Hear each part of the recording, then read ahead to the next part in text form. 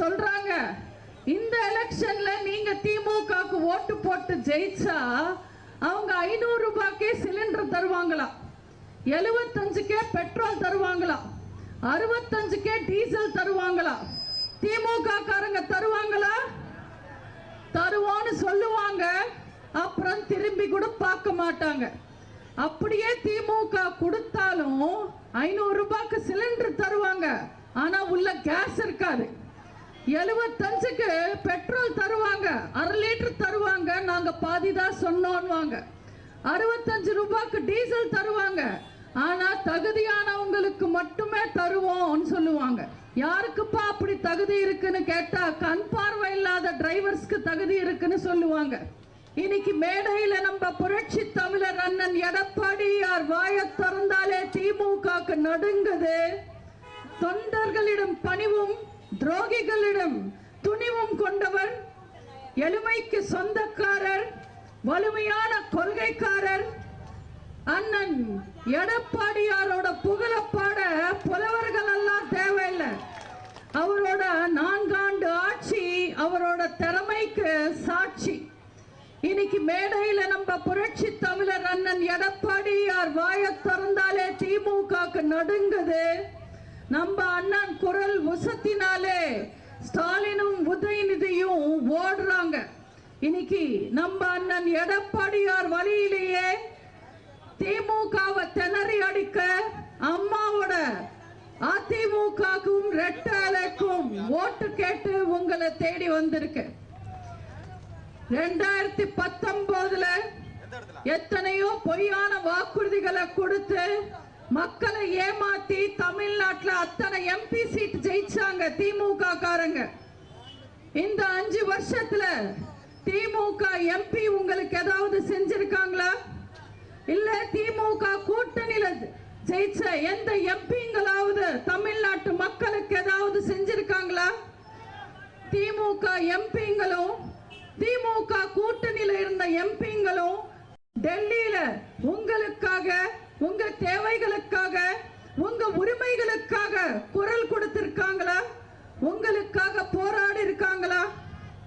எதுவுமே செய்யாத திமுக மறுபடியும் பொய்யான வாக்குறுதிகளையும் போலி விளம்பரங்களையும் கையில எடுத்துக்கிட்டு மக்களை சந்திக்கிறாங்க. திமுக சொல்றாங்க இந்த எலெக்ஷன்ல நீங்க திமுகவுக்கு ஓட்டு போட்டு ஜெயிச்சா அவங்க 500 ரூபாய்க்கே சிலிண்டர் தருவாங்களா, 75க்கே பெட்ரோல் தருவாங்களா, 65க்கே டீசல் தருவாங்களா. திமுக காரங்க தருவாங்களா? தருவோன்னு சொல்லுவாங்க, அப்புறம் திரும்பி கூட பார்க்க மாட்டாங்க.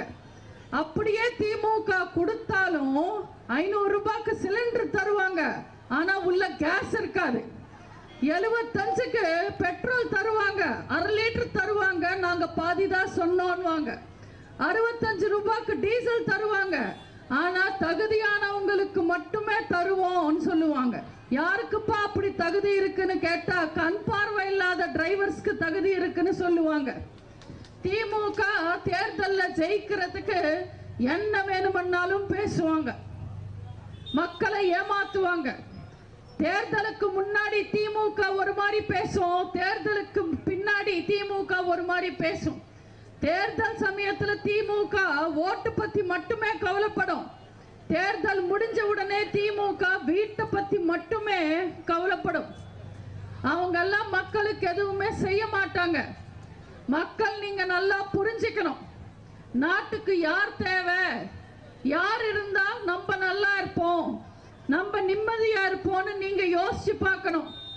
அதிமுக ஆட்சி காலத்துல தமிழ்நாட்டில் இன சண்டை வந்ததா, மொழி சண்டை வந்ததா, ஜாதி சண்டை வந்ததா, எந்த சண்டையாவது வந்ததா? ஆனா இன்னைக்கு தமிழ்நாட்டில் எத்தனை பிரச்சனை. அதிமுக ஆட்சி காலத்துல உங்க வீட்டு வாசல்ல கவுன்சிலருங்க சண்டை போட்டு பார்த்திருக்கீங்களா?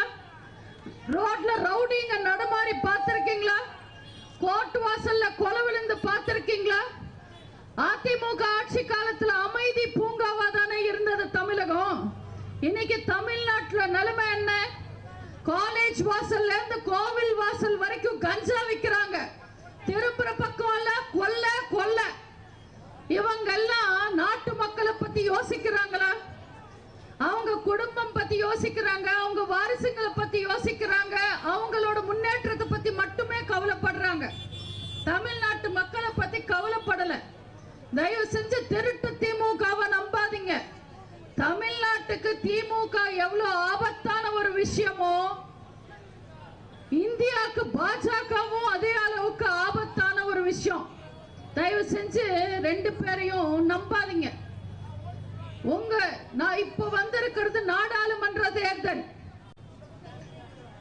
உங்களுக்கு தேவையான திட்டங்களையும் உரிமைகளையும் எடுத்து பேசி உங்களுக்கான உரிமைகளை வாங்கி தர்ற இடம் நாடாளுமன்றம். அப்படிப்பட்ட நாடாளுமன்றத்துல எப்ப பார்த்தாலும் சண்டை போட்டு சபையில இருந்து வெளியில வந்து கேண்டீன்ல உட்கார்ந்து பஜ்ஜி போண்டா சாப்பிட்டு கதை பேசுற எம்பிங்க உங்களுக்கு தேவையா? இன்னைக்கு தமிழ்நாட்டுல நிலைமை என்ன? காலேஜ் வாசல்ல இருந்து கோவில் வாசல் வரைக்கும் கஞ்சா விக்கிறாங்க. திரும்புற பக்கம் எல்லாம் கொல்ல கொல்ல. இவங்க எல்லாம் நாட்டு மக்களை பத்தி யோசிக்கிறாங்களா? அவங்க குடும்பம் பத்தி யோசிக்கிறாங்க, அவங்க வாரிசுகளை பத்தி யோசிக்கிறாங்க, அவங்களோட முன்னேற்றத்தை பத்தி மட்டுமே கவலைப்படுறாங்க. தமிழ்நாட்டு மக்களை பத்தி கவலைப்படல. தயவு செஞ்சு திருட்டு திமுகவை நம்பாதீங்க. தமிழ்நாட்டுக்கு திமுக எவ்வளவு ஆபத்தான ஒரு விஷயமோ, இந்தியாவுக்கு பாஜகவும் அதே அளவுக்கு ஆபத்தான ஒரு விஷயம். தயவு செஞ்சு ரெண்டு பேரையும் நம்பாதீங்க. நான் இப்ப வந்திருக்கிறது நாடாளுமன்ற தேர்தல். உங்களுக்கு தேவையான திட்டங்களையும் உரிமைகளையும் எடுத்து பேசி உங்களுக்கான உரிமைகளை வாங்கி தர்ற இடம் நாடாளுமன்றம். அப்படிப்பட்ட நாடாளுமன்றத்துல எப்ப பார்த்தாலும் சண்டை போட்டு சபையில இருந்து வெளியில வந்து கேண்டீன்ல உட்கார்ந்து பஜ்ஜி போண்டா சாப்பிட்டு கதை பேசுற எம்பிங்க உங்களுக்கு தேவையா? இல்ல உங்க உரிமைகளுக்காக, உங்க தேவைகளுக்காக, உங்களுக்காக குரல் கொடுக்கிறவங்க, உங்களுக்காக போராடுறவங்க உங்களுக்கு தேவையா? பிஜேபி ஜெயிச்சா அடுத்த கட்சியில இருந்து ஆள் தூக்குவாங்க. திமுக ஜெயிச்சா உங்களோட உரிமையை காங்கிரஸ் கிட்ட வித்துடுவாங்க. அதே நாங்க ஜெயிச்சா, ரெட்டல ஜெயிச்சா, அதிமுக ஜெயிச்சா எங்களுக்கு காங்கிரஸும் ஒண்ணுதான், பிஜேபியும் ஒண்ணுதான். மக்களுக்காக யாராயிருந்தாலும் நாங்க எதிர்ப்போம். எப்பவுமே ஆயுதம் உபயோகிக்க தெரிஞ்ச உங்க கையில தான் இருக்கணும். உங்களை ஏமாத்தின திமுகவை நீங்க ஏமாத்துறதுக்கும் உங்களோட உரிமைகளை பாதுகாக்கிறதுக்கும் நீங்க இழந்த நிம்மதிய மீண்டும் நீங்க வாங்குறதுக்கும் உங்க கையில இன்னைக்கு ஒரு ஆயுதம் கிடைச்சிருக்கு. அதுதான் இந்த நாடாளுமன்ற தேர்தல். 39 எம்பி.